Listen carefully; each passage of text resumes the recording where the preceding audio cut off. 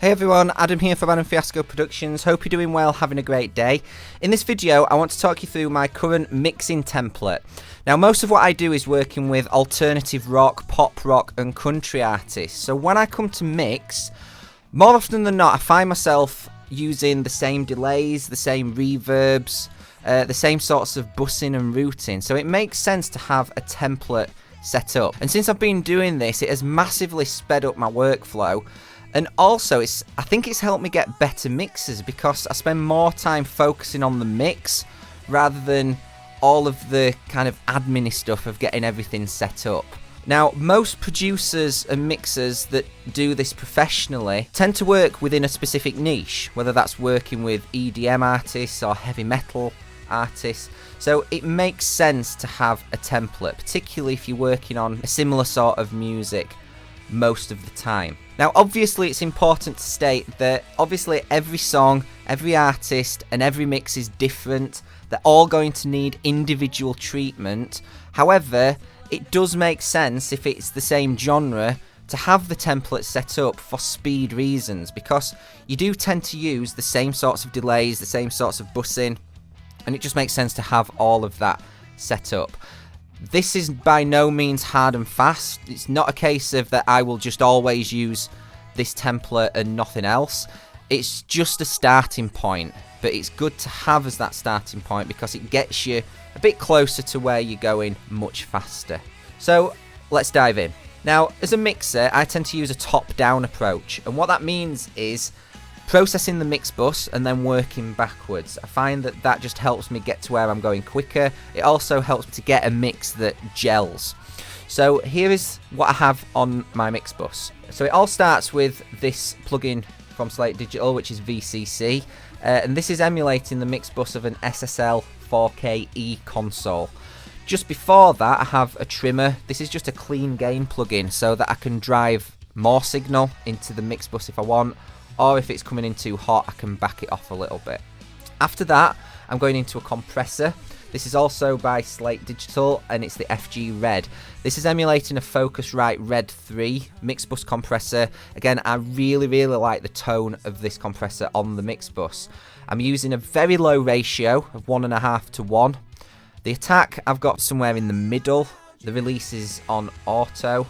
And then there's also this drive function. This affects the amount of saturation that you would get from the output transformer. On this particular preset from Slate, which is the CLA Rock Drive, which is the one that I really like the sound of, the drive's all the way to the top, which I've personally found a little bit too much, so I've dialed that back a little bit. I find the sweet spot to be somewhere usually between 6 and 7. Now, this compressor is doing a decent amount of compression on the mix bus, usually somewhere between sort of 3 and 5 dB. But that's okay because the ratio is very low. It's only on a 1.5 to 1 ratio.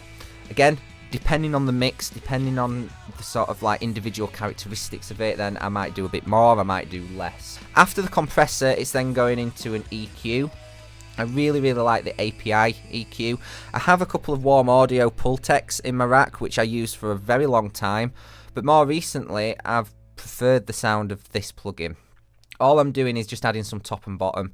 So I'm adding a couple of dBs of 10K at the top just to add some sparkle. And I'm also adding a little bit of weight down in the 100 Hz region. Sometimes I might knock that down to 50 if I want a bit more thump, but that's usually my starting point with the EQ.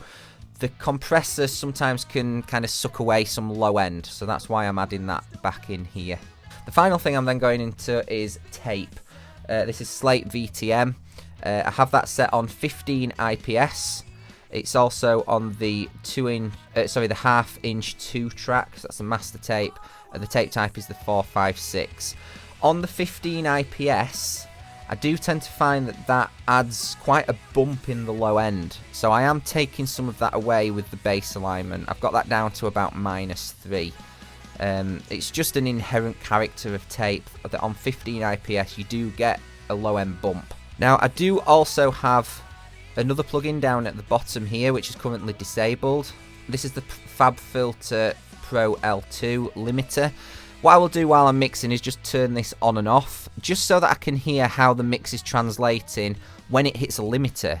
and when it is pushed up to a volume that's more associated with a mastered track. When I bounce the mix, I will make sure that that limiter is not engaged, and I don't have it on that often. It is just there as an extra reference to what my mix is sounding like when it is limited.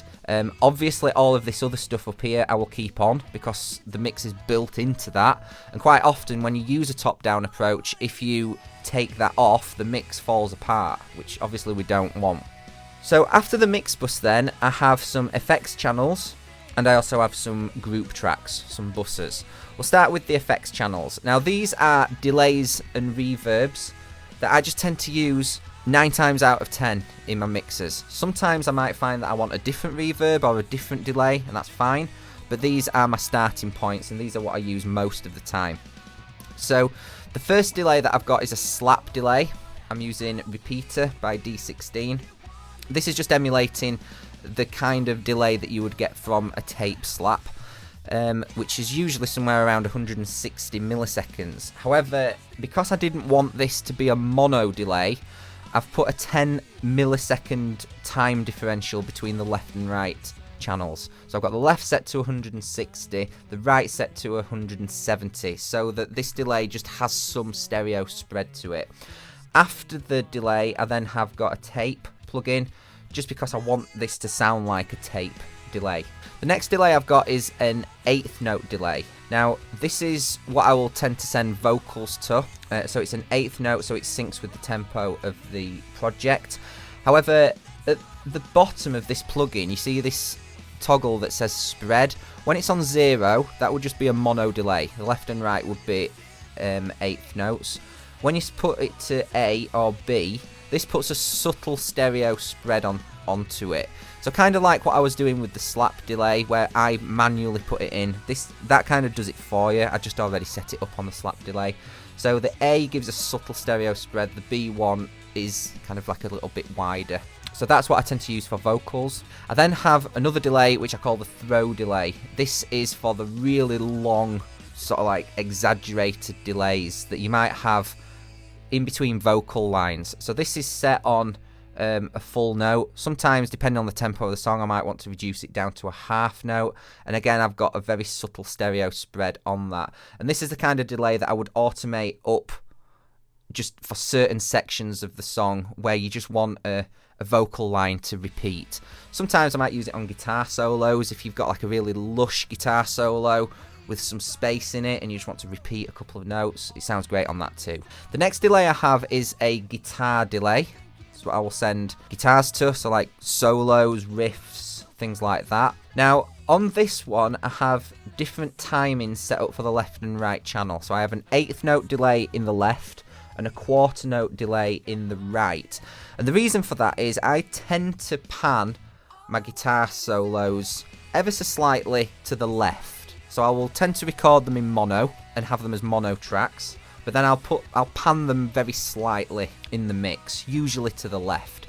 So that's why I've got a longer delay on the right, because it just helps kind of give the guitar solo that kind of lush, big sound. And if I've got that longer delay going off in the right, it just kind of helps the guitar solo pop out a little bit.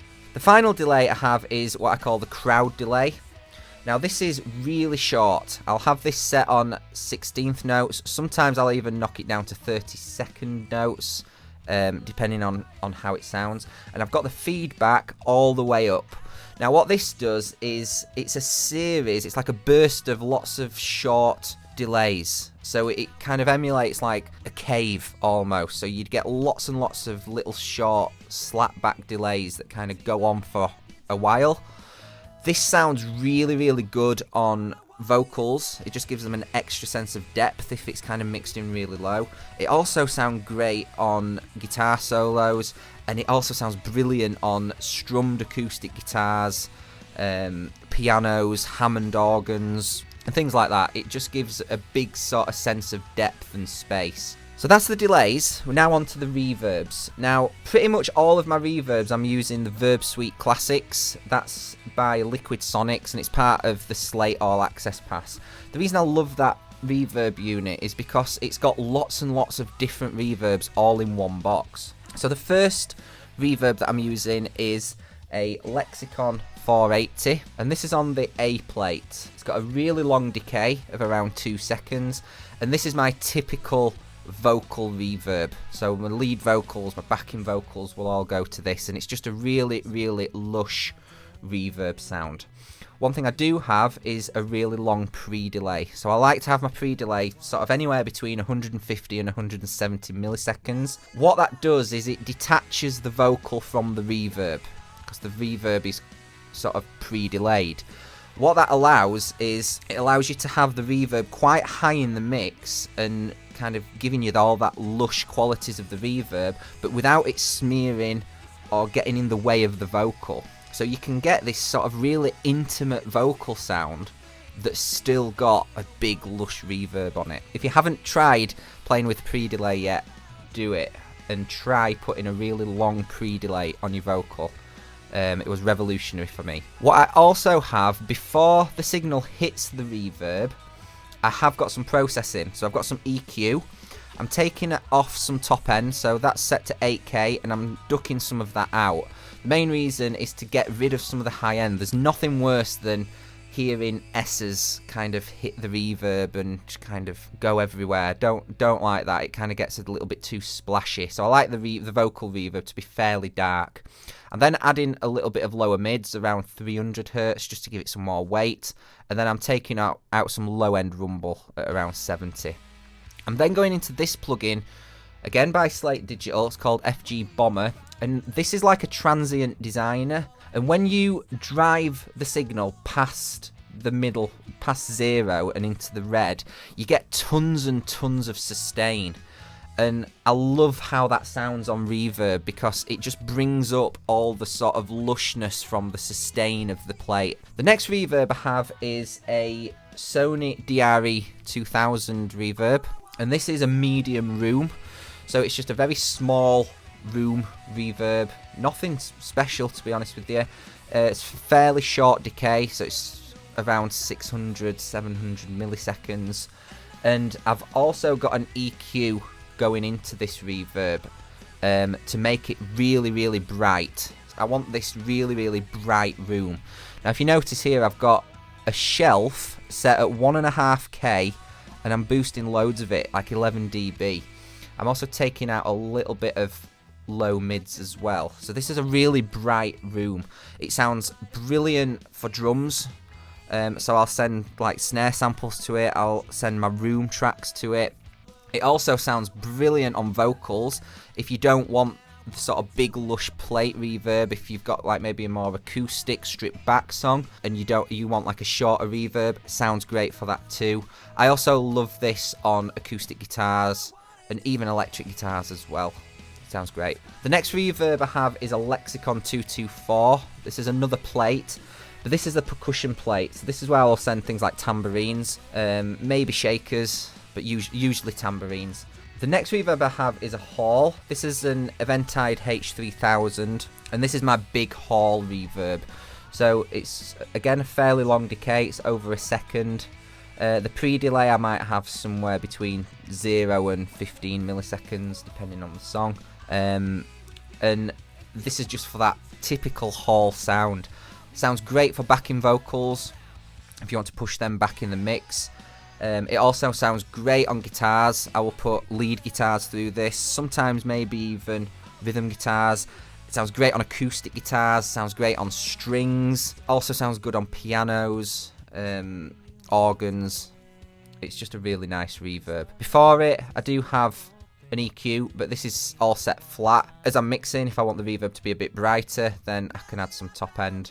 If I want it to be darker, then I can take it away. The final reverb I have is a AMS RMX 16. Now this is a non-linear reverb, and this is one of my main drum reverbs. So I'll send drum rooms to this, I'll send snare samples to this, and also toms. And this gives you that typical gated reverb sound that was made so popular in the 80s. So this is the non-linear reverb. It's a fairly short decay, but I can add that, I can increase that if I want a longer decay. It sounds really, really great for making your drums explode. So I'll tend to push this up during drum fills, just to add some extra excitement. Or like I said, if you want that typical gated reverb on your snare, it sounds great on that too.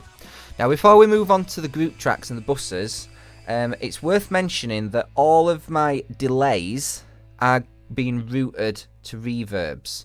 And this was a trick that I saw from Chris Lord-Alge, who is an amazing mixer. And what he said really made sense. He said if you are sending, let's say, your vocals to a reverb, like the 480 plate, and you're also sending them to a delay, why would you not want the delay to have reverb on it? And that just kind of really made a lot of sense to me. So the slap delay is going to my 480 plate reverb. The 8th note delay, that again lots of my vocals go to, is going to the 480 plate. The throw delay, which is for those special moments, is going to the 480 plate. My guitar delay is going to the 480 plate and the hall. And my crowd delay, which is those really short bursts of delays, are also going to the 480 plate as well. And what that does is it just creates a massive sort of soundscape and pushes the delays really far into the background, so it just makes everything sound really three-dimensional. So it's worth playing with. If you're not sending delays to reverbs, have a go. It's revolutionary. So that's all of the effects channels. So all that's left now is my group tracks and buses.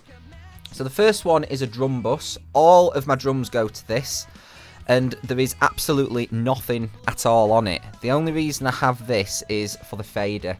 So quite often I will boost the drums up in level for the chorus just to make it a bit more exciting. Or if I'm doing revisions, if I get to the end of the mix and think, you know what, the drums are just not loud enough, or if a client comes back to me and says, can we just take the drums down a little bit overall, it's just so much easier to have the drums on one fader rather than 15. So that's the only reason that I have this. Sometimes I might process it if I feel like the drums are too dark, then it's dead easy to just load an EQ up on here and just boost some top end. But more often than not, that's not the case. I'm just using it for the fader. The next group I have is what I call the crusher. Now the crusher is my parallel drum aux, and this gets quite a lot of abuse. I'm sending all of my drum tracks to it, and the first thing that I have on here is the Bomber plugin by Slate. Again, this is the Transient Designer. I'm driving this really hard into the red, so what that does is it brings up all of the sustain from the drums. So all of the room tone, all of the ring from the snare, all of that kind of lovely sustain is brought out. I'm then going into an SSL EQ, just adding a bit of top and a bit of bottom, and then I'm going into a compressor. The compressor that I'm using is the FG Grey. This is Slate's version of an SSL compressor. The attack I've got set to slow so that it lets the transient of the kick and snare through. I've also got the release on automatic, the ratio on 4:1, and then the threshold is so that I'm getting loads of gain reduction. I'm getting at least minus 10 dB of gain reduction. What that does is it creates a huge amount of smack from the drums. Now on its own, this sounds pretty nasty. It's got loads of sustain, loads of ring, and tons of sort of pumping compression action. But when you blend this back in with the original drum mix, you can craft drums that really pop out of the speakers and sound massive. The next bus I've got is a guitar bus. Now again, all of my electric guitars go into this, and mainly just using it for the fader. So again, if I find that all of the guitars need to come down in the verse, it's just easy to have that on a fader. If I want to push all of the guitars up in the chorus, I can just do it all on one fader. I do have an EQ. This is the Siemens EQ from Soundtoys. Just adding a little bit of top and a little bit of bottom. I really like how this EQ sounds on guitars. The low end's thunderous, which sounds awesome. The high end's got some really nice bite. And I also like the drive feature as well, which adds some extra saturation. The mids I've got flat. Sometimes I might duck out some of the mids if I feel like the guitars are clashing with the vocals, but most of the time that just stays on 0. Now the final bus I've got is an interesting one. This is my Dolby bus. Now in the rack next to me I have a pair of vintage Dolby A360s. Now these are a little bit like exciters. When you put a signal into them, they give you this absolutely amazing top end. that's got tons of clarity, lots and lots of sparkle, and never sounds harsh. And it all comes down to a modification that was made really popular in the 80s, the Cat 22 mod. And it's basically just a modification that disables the lower bands of the unit, so only the high, mid, and the high frequency bands are engaged. Now, it's a weird unit in that you have to feed it with less signal to get the effect. So the more you drive the signal into the Dolbys, the more low end you get. Now, what I'm doing with this is I'm wanting just all of that glorious crystal clear high end. So I want to hit the Dolbys at a really low volume, so that all I'm getting is the top end, and then I can blend that back in with the original track, so it's like on a parallel. So this is my external effects, that's just routed straight out to the Dolbys. I then just have a couple of trimmer plugins to get the level where I want it. And that is my mix template, guys. I hope that has been really useful for you. If you do work with a lot of alternative, pop rock, country music, then maybe you've found some tips and some things that you can use to help improve your mix. If you have any questions, if you want to have a chat about any of this stuff and kind of nerd out over mixing or gear, then please reach out. You can leave a comment below. You can reach out in my DMs, either on Facebook, Instagram, TikTok, wherever you prefer. If you're not a part of the Label Worthy Facebook group, make sure you sign up to that. Come and join. There's loads of amazing artists over there, and it's a really, really cool community where you can get help no matter what stage of your career you're at. There's people out there that are just starting. There's also people that have been doing this for years and are kind of flying at it. It's definitely worth checking out. Finally, if you did like this video, please like and subscribe on YouTube, and I'll see you all soon.